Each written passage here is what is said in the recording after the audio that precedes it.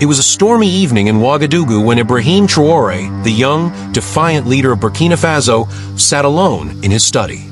Rain battered the windows like drums of resistance, and the dim glow of a kerosene lamp flickered across the wooden desk stacked with dispatches from allies and warnings from enemies. A map of Africa, old and stained, was spread before him, one continent carved and quartered by the hands of foreign powers. His fingers traced Nigeria. "Big brother," he whispered, but still kneeling.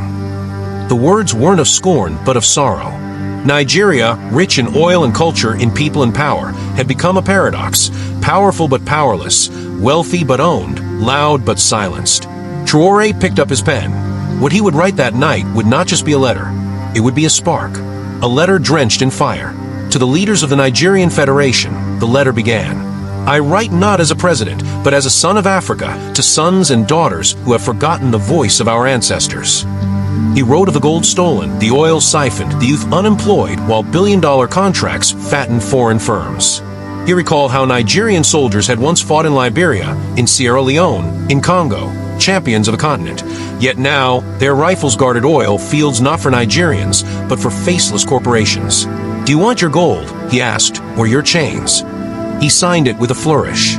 Not as president, but as a brother in the struggle. The letter was delivered by hand to the Nigerian High Commission, but by morning, it had been leaked and went viral. The country that looked inward. The Nigerian government scoffed publicly. A young revolutionary chasing fireflies, one official sneered. But the youth? They listened. Campuses buzzed.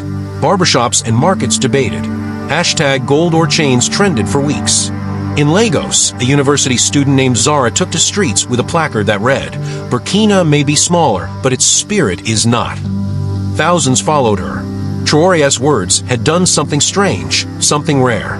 It made Nigerians look inward. The old guard panics. In the echoing halls of foreign embassies, the letter sent alarm bells ringing. "The Burkinabè boy has ignited something dangerous," a British official muttered. Meetings were called. Aid was threatened. Deals were redrafted. "Control Nigeria's youth" became the silent order. But it was too late. The terrace meeting. Behind closed doors, in a quiet Abuja villa, a secret meeting unfolded. A retired Nigerian general, a young legislator, and a former diplomat sat in the heat of evening, sipping bitter leaf tea. "This boy is dangerous," the general began. "Or brilliant," the diplomat countered. "He speaks what we have buried under bureaucracy." "Then maybe it's time we unbury it," the legislator said. And that night, they made calls. To Kano, to Port Harcourt, to Ibadan. Old warriors and new dreamers connecting dots. The unlikely alliance. Weeks later, a convoy rolled into Ouagadougou unannounced. It bore no flags, but inside were Nigerian thinkers, retired generals, tech founders, and even a pop star. They came not to lecture, but to listen. Traoré welcomed them on a rooftop at dusk. Below, Ouagadougou pulsed with the energy of youth and jazz. "What do you want from Nigeria?" one delegate asked. "Not your obedience," Traoré replied. "Your awakening." He spoke of local production, Pan-African banking, dropping the CFA franc, and rewriting history curriculums. Of building railways from Dakar to Calabar without needing France. The pushback. The response was swift. Suddenly, loans were frozen. Military equipment orders were canceled. International news framed Nigeria as unstable. But Nigerians weren't fooled. They had seen this playbook before. A coalition of West African youth launched the Reclaim Africa initiative. In workshops, in poetry slams, in community farms, they built unity without borders. Zara, now a movement leader, addressed the UN via live stream. "We are not anti-West. We are pro-truth. Stop feeding us handcuffs and calling them scholarships." The shift. Factories reopened in Kaduna. Young engineers in Abeokuta began designing solar cars. A national competition to redesign Nigeria's school syllabus went viral. In response, Nigeria announced a new Federal Youth Advisory Council, with Zara as one of its members. On the first day of her appointment, she wore a shirt that read, "Gold, not chains." The Pan-African Congress redrawn. Months later, Accra hosted what would become known as the new Pan-African Congress. It wasn't government-led. It wasn't funded by the IMF. It was the people, activists, agronomists, coders, elders, drummers, coming out with speeches, but with blueprints. Zara, now a voice beyond Nigeria, stood beside Ibrahim Traoré on stage. No nation can rise if its neighbor bleeds, she said. Pan-Africanism is not a dream, it is overdue housekeeping. That day, a new compact was signed, not by heads of state, but heads of communities. Agreements to exchange seeds, engineers, software, stories. From Dakar to Dar es Salaam, a current began to surge. The night of the black satellite. They called it Wakili 1. Built by a coalition of West African students, funded by African diasporas in Brazil and London, it was the first satellite to be launched without foreign assistance. No foreign base, no foreign code, no foreign switch. As the countdown echoed in Yoruba, Hausa, Moor, Wolof, and Swahili, a hush fell across the continent. When Wakili 1 entered orbit, Nigeria erupted in tears. Not because of the science, but because of the symbolism. They had done it, together, uninterrupted. In a late-night interview, Zara whispered to the camera, "We're no longer waiting for permission." The dust of a new dawn. Resistance, of course, did not vanish. Sabotage attempts increased. Sanctions intensified. Western think tanks labeled the movement digital tribalism. But they had misunderstood something fundamental. This was not about exclusion. It was reclamation. In rural Zamfara, elders who once dismissed youth activism began donating land for cooperatives. In Borno, where violence had ravaged communities, trauma centers opened staffed by youth trained in both therapy and agriculture. Nigeria wasn't becoming perfect. It was becoming self-defined. Traore's last visit. On a soft Harmattan morning, years later, Ibrahim Traoré returned to Nigeria, this time, not as a revolutionary, but as a friend. He was older now. The fire in his eyes had become an ember, quiet but unstoppable. He visited Zara in Ibadan, where she now headed the Pan-African Institute for Sovereign Development.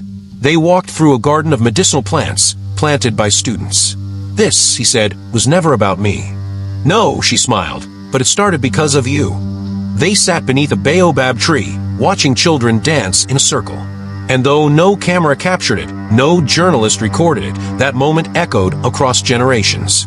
Africa had stirred, and it would never sleep again.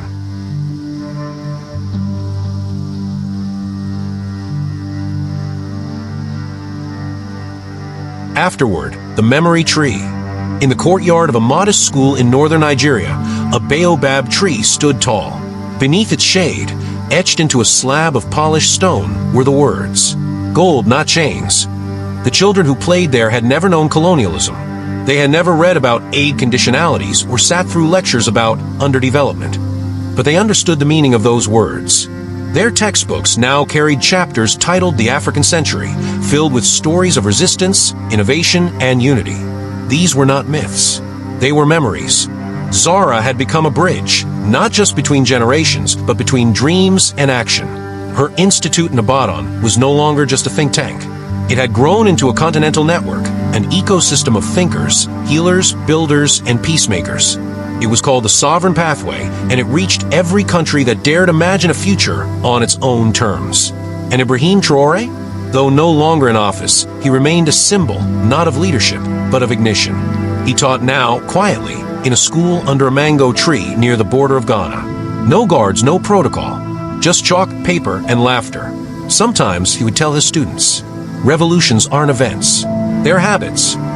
The wave reaches the islands. From the heart of West Africa, a new rhythm reached the islands, Cape Verde, Comoros, Seychelles. Young islanders began forming ocean schools, merging traditional marine knowledge with climate tech. They called it reef resistance. One teenage fisherwoman named Ajara developed a method to map coral health using only a canoe, a smartphone, and community maths. Her method was adopted across 6 nations. She won no global awards, refused every Western fund, and instead told a local paper, "I am not innovative. I am remembering differently." The reckoning.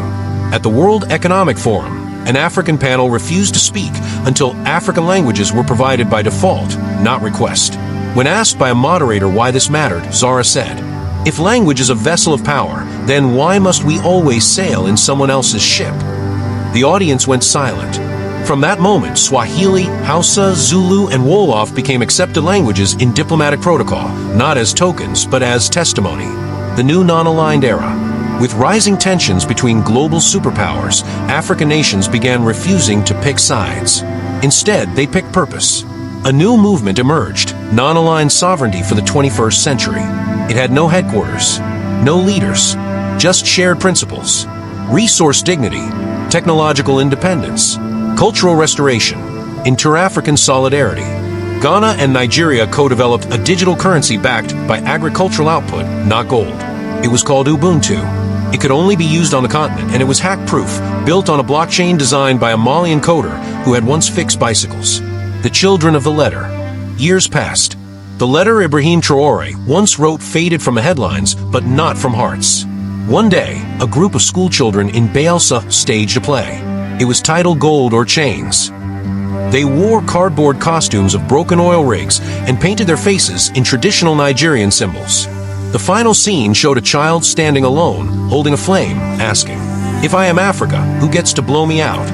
Their parents wept, not out of sorrow, but because they recognized that the future was not something they had to build anymore. It was already walking among them. The legacy. There was no single statue of Ibrahim Traoré erected anywhere. He had forbidden it.